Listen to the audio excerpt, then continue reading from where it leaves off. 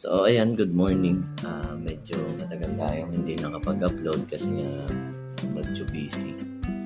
Dahil medyo busy dun sa school requirements. Hindi lang dito sa school, hindi lang dito sa trabaho.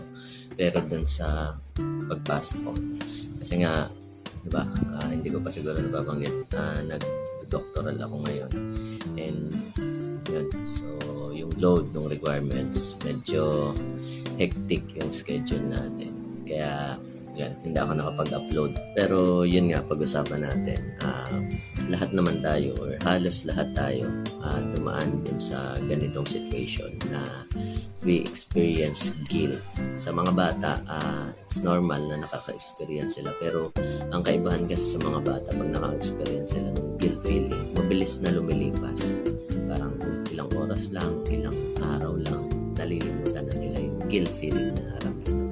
Pero kasi sa ating mga matatanda, kumbaga, mas malalim yung pinagmulan, mas malalim yung pinaguhugutan natin, yung guilt feeling na nararamdaman natin. Kaya, ang hirap i-let go nung nararamdaman natin na yun.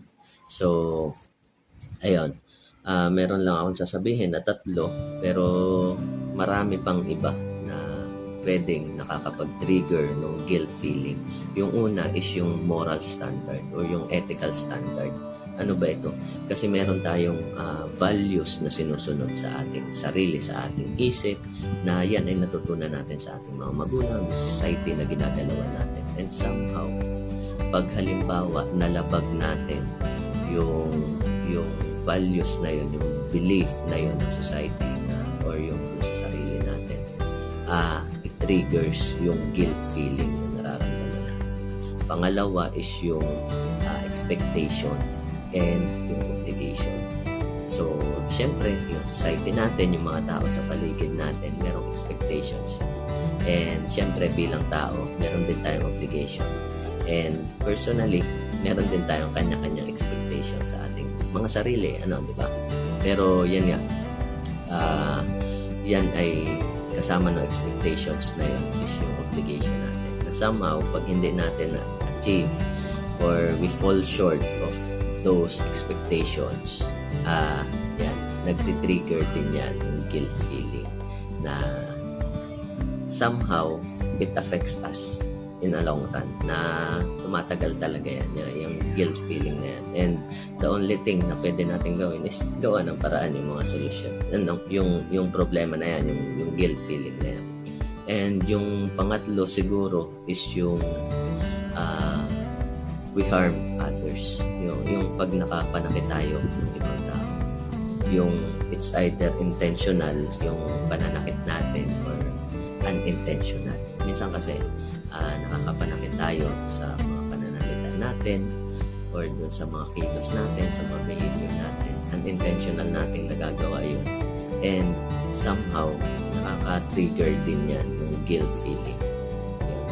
So, siguro yung magiging solusyon na lang dito sa ganitong situation kung nakaka-experience mo ng guilt feeling, if ever na kaya mong balikan yung sitwasyon, na kaya mong balikan yung tao na yon na nagawan mo or nasaktan mo, is humingi ka ng tawad at magpasalamat ka. Ganun lang siguro yung pwede natin gawin. Pero kung wala ka nang magagawa din sa situation, kasi yung guilt feeling kasi it's a battle between you and yourself lang talaga yan. Ikaw yung tatanungin yung emosyon mo at yung lakas ng isip mo, yung tatanungin dyan kung hanggang saan mo kayang dalhin yung guilt feeling. Pero yun nga, una, kung kaya mong balikan or yung puntahan yung sitwasyon, mag-sorry ka, magpasalamat ka. Pero kung wala ka ng pagkakataon na para balikan yun, and yung situation na maybe this is time for you to let go.